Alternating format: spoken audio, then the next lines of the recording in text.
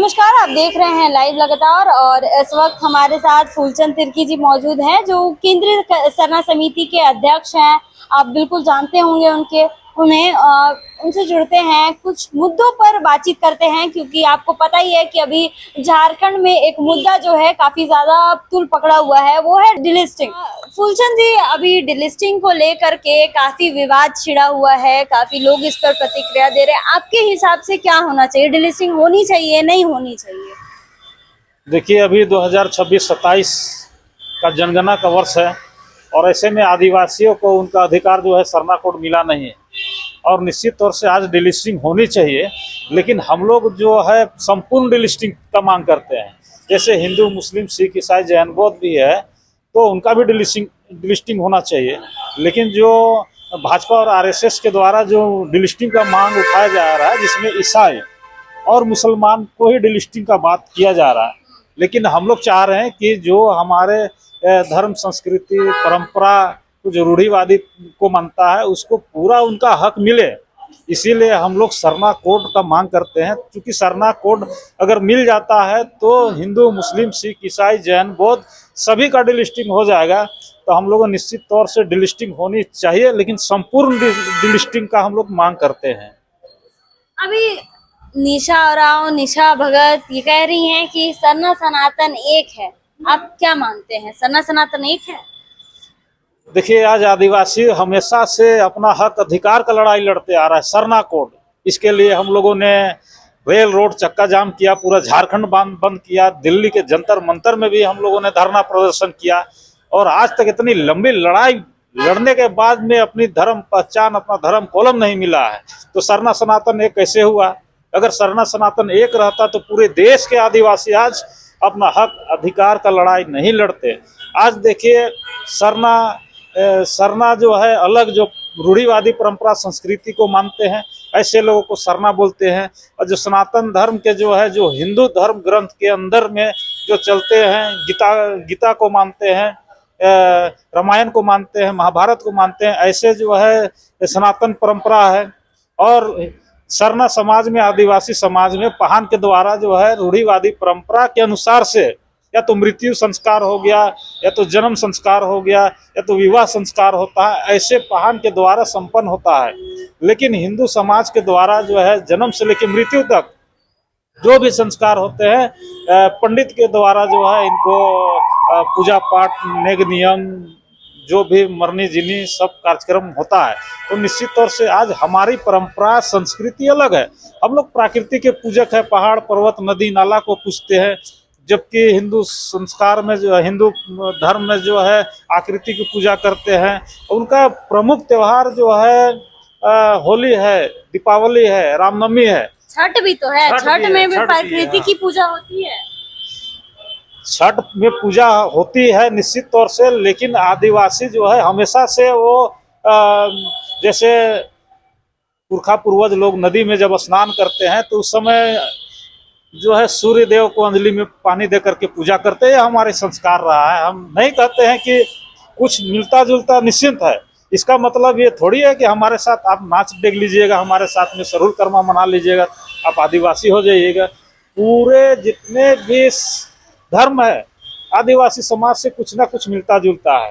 चांद तारा को जो भी पूछते हैं, या मुस्लिम समुदाय का पूजे, या ईसाई समुदाय का पूछते हैं। हम लोग क्या बोलते हैं? जल, जंगल, जमीन, चांद, सूरज, चांद, आकाश, धरती। तो कहीं ना कहीं हर धर्म में कोई ना कोई थोड़ी थोड़ी समानता है। इसका मतलब थोड़ी है कि सब समान हो जाएगा।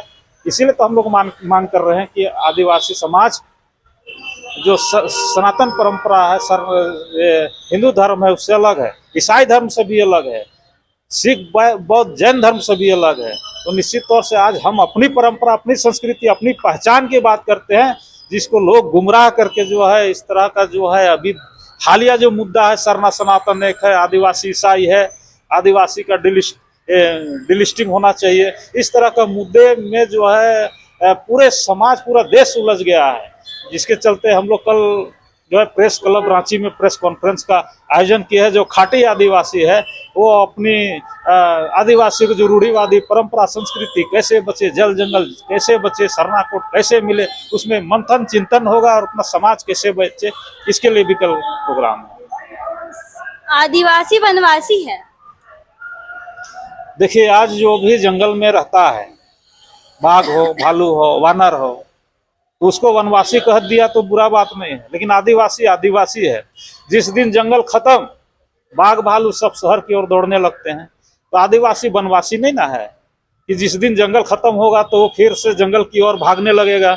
और जिस तरह से हाथी को खदेड़ के भगाता है, बंदर भालू को शहर से खदेड़ के भगाता है, उसी तरह से आदिवासियों का जो हाल करने के लिए वनवासी शब्द का इस्तेमाल कर रहे हैं, ये हम कतई आदिवासी समाज स्वीकार नहीं करेंगे। हम आदिवासी है, आदिवासी पूरे देश का मालिक है, पूरे भारत में रहता है, चाहे शहर में रहे, चाहे जंगल में रहे, चाहे वन में रहे, चाहे पहाड़ में रहे, चाहे पर्वत में रहे, आदिवासी आदिवासी और आदिवासी पूरे देश में निवास करता है। अच्छा, आपके हिसाब से बाबूलाल मरांडी आदिवासी हैं या नहीं? आज देखिए, वो आदिवासी नहीं है, वो जनजातीय है, सनातनी है। कैसे? आज देखिए, भारत देश में 1950 में जो कानून बना है, उसमें राष्ट्रपति जो आदेश दिया है कि जो है आदिवासी इस देश में नहीं है, आदिवासी वनवासी है, आदिवासी जनजाति है। तो बाबूलाल मरांडी 1950 वाला हिंदू, 1950 से ही लोग हिंदू है। और उनके जितना जनजातीय सुरक्षा मंच के लोग जो हिंदू जो है जनजातीय हिंदू जो अपने आप को कहते हैं, अभी सरना कहने के लिए वो लोग का कलेजा कांपता है, आदिवासी कहने में भी वो लोग का कलेजा कांपता है। ऐसे लोग कभी आदिवासी नहीं हो सकते हैं। ये लोग जनजातीय हिंदू हैं और कभी आदिवासी कहने का इनको अधिकार नहीं तो रहे। वो तो कहते हैं कि हम आदिवासी भी हैं और हमको वनवासी शब्द से विरोध नहीं है, हम तो वनवासी भी हैं। दो नाव में पैर नहीं चलेगा। आपको स्पष्ट कीजिए कि आप हिंदू है या आदिवासी है। कभी पंडित बन के जो है उसमें जाइएगा आप, हरिद्वार और कुंभ नहाने जाइएगा, सरोल में आइएगा, सरना पूजा कीजिएगा, करम पूजा कीजिएगा, तो ऐसा नहीं चलेगा। अच्छा, तो ज्योत्सना केरकेट्टा तो ऐसे तो बहुत सारा मंदिर घूमी है, तो भी आदिवासी नहीं है। आज देखिए, निश्चित तौर से लोग, हमारे लोग एक अपना जो भावना है उसको व्यक्त करने के लिए लोग जाते हैं। इसका मतलब ये नहीं है कि हम उस धर्म को फॉलो करें। ये लोग तो मीडिया में आ करके कह रहे हैं कि हम हिंदू है, सब सनातन हिंदू है, हम लोग हिंदू के अंतर्गत ही आते हैं। ये तो निशा भगत भी कह रही है कि सनातन एक है, वो तो शुरू से ही कह रही है। निशा भगत, निशा और सब कह रहे हैं कि सनातन एक है। आप बता दीजिए कि वो लोग किस जो बोल रहे हैं उसको कौन बुलवा रहा है? कौन बुलवा रहा है? जो भाजपा, आरएसएस और संघी से जुड़े लोग हैं, ऐसे ही लोग बोलते हैं।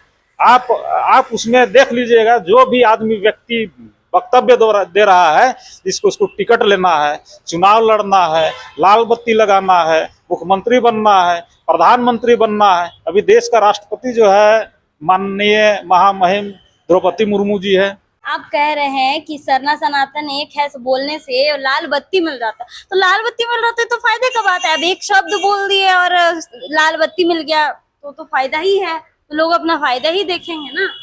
निश्चित तौर से समाज को बेच करके लाल बत्ती लेने में क्या दिक्कत है? जितने लोग भी आए हैं समाज को बेचने का काम कर रहे हैं। आज देख रहे हैं वनवासी जो शब्द जो कह दिया अमित शाह, पूरे राज्य में, पूरा देश में बवाल हो गया है। तो भाजपा से जुड़िए और समाज को बेचिए, आदिवासी समाज को। सरना सनातन एक है बोलिए और विधायक का टिकट लीजिए। सरना कोड का जरूरत नहीं है, मेयर का टिकट लीजिए। आदिवासी हिंदू है बोलिए, फिर तो मंत्री बनिए। तो निश्चित तौर से आज तो यही खेला चल रहा है। बीच में मेयर को भी ला रहे, तो मेयर भी यही किए क्या? निश्चित तौर से जो भी मेयर बने हैं क्या किए हैं, अब बता दे। उन लोग को मुंह से बोल दीजिए कि आदिवासी हिंदू नहीं है, सरना कोड का जरूरत, सरना कोड आदिवासी को चाहिए, बोल दीजिए। कभी नहीं बोलेंगे ये लोग। तो आज आदिवासी समाज को बेचने हैं कहीं ना काम कर रहे हैं। इतना आदिवासी समाज जो आप लोग को मतलब जो एसटी अनुसूचित जनजाति का जो आरक्षण है, जिसमें आदिवासी का सीट होता है, और आदिवासी का बातों को आप लोग को रखने के लिए उस सीट में जाते हैं, लेकिन आदिवासी का बात नहीं होता है। उल्टा जो है आदिवासी को हिंदू बनाओ, आदिवासी सरना सनातन एक है। तो आज आदिवासियों को बहुत बड़ा जो है हर तरह से चौतरफा हमला किया जा रहा है, या तो अब राजनीतिक तौर से भी, सामाजिक तौर से भी, आर्थिक तौर से भी। लाइव लगातार के वीडियो को लाइक करें, सब्सक्राइब करें और बेल आइकन को दबाना न भूलें।